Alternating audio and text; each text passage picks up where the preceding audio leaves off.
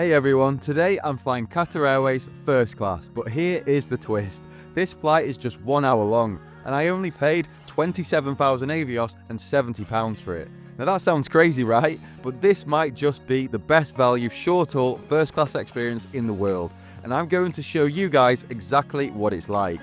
From the private check-in, to the exclusive lounge area, to the Qsuite seat that feels like a luxury hotel room in the sky.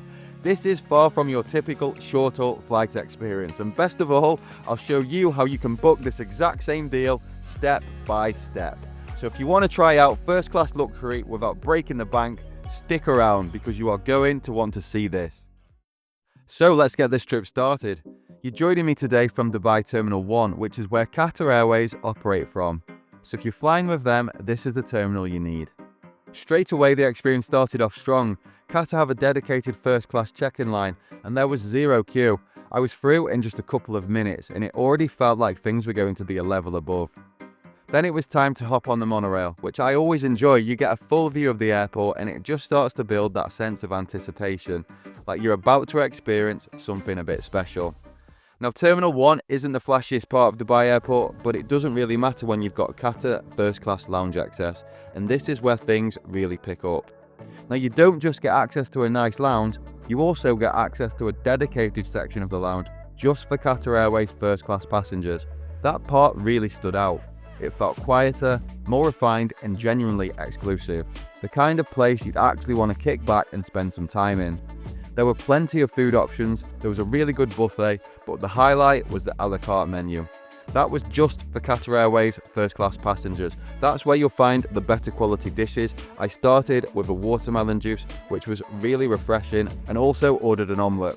Now that arrived and it was cooked perfectly, but I also wanted to try the eggs royale, and honestly, they were spot on. They completely passed the eggs test and were cooked just how you'd want them.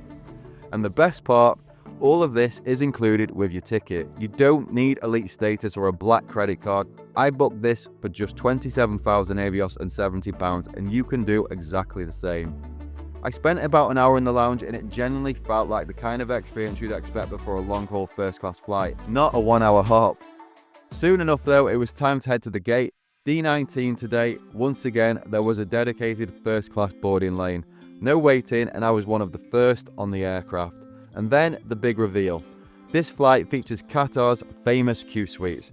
Yes, they're technically business class seats, but on these shorter routes, Qatar sell them as first class and then combine them with a proper first class ground experience, and honestly, it works. But more on that in a bit.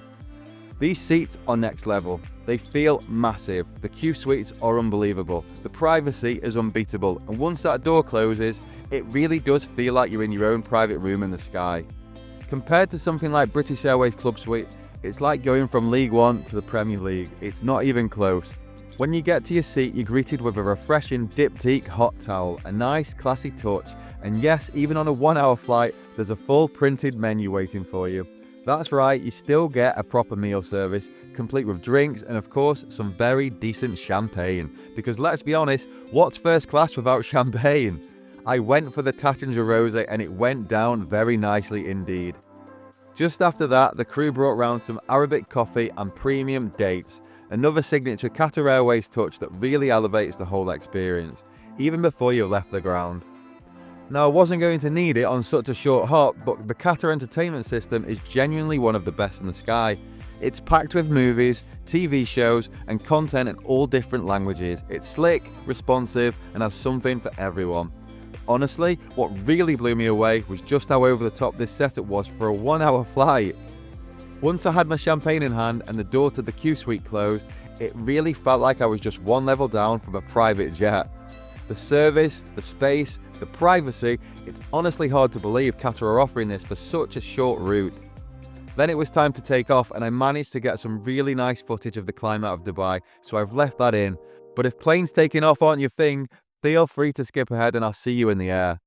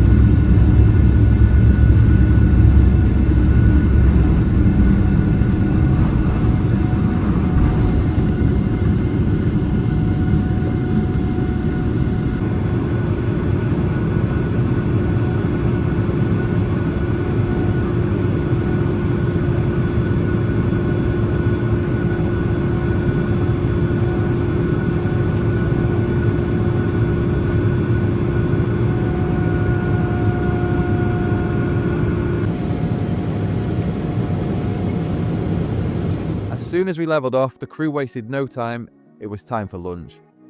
I went for the all-day platter with chicken, which came with warm bread and a chilled glass of water. There was a cheese and egg pastry in what I can only describe as a Middle Eastern twist on a Scotch egg, but with chicken instead of pork. The real star though, the lemon tart. That was absolutely gorgeous and it was a real treat. I finished off with a solid cup of English breakfast tea to wash everything down with, and that was surprisingly good. Now here's something that really surprised me. This aircraft had just been fitted with Starlink Wi-Fi. If you haven't heard, Qatar Airways have signed a major deal with SpaceX's Starlink, and they're in the process of rolling out blazing fast, completely free internet across their entire fleet.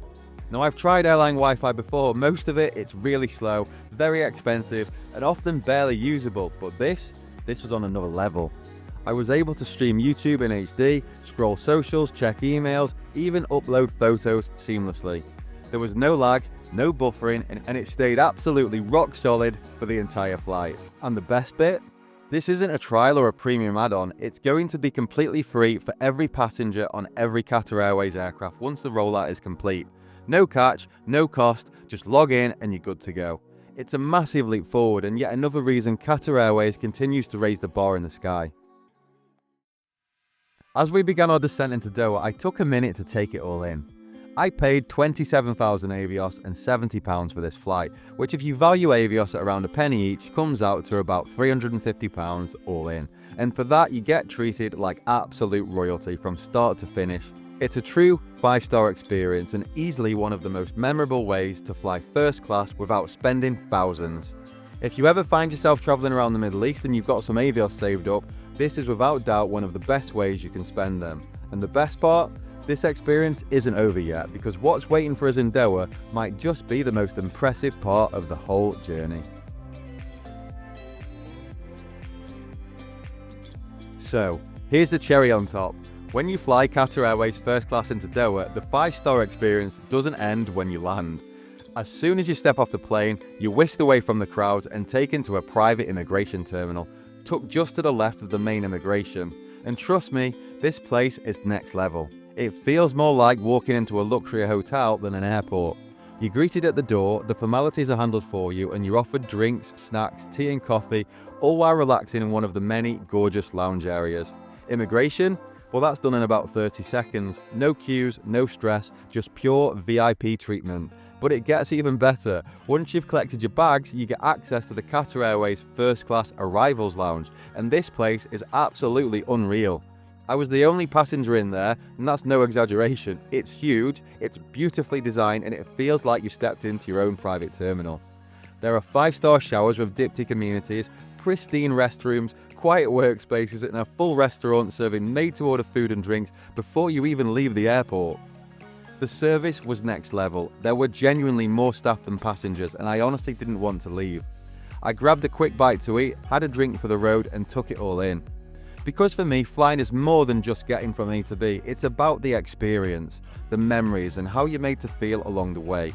And although this flight was only an hour long, for 27,000 Avios and £70, I got a day of the royal treatment, and it's something I'd recommend to any of you flying through the Middle East. Just don't forget to take full advantage of all the perks, they're worth it. Also, quick shout out to Tina Fornico, you're the winner of the British Airways amenity kit from my last video. Drop me an email and I'll get it sent out to you straight away. This video was supposed to come out last Friday, but I had a couple of issues behind the scenes, so thanks for bearing with me. But in 2 weeks time, I'll be flying Emirates A380 First Class with the shower, and you're not going to want to miss that one. Thank you all so much for watching, and I'll see you again in the next one.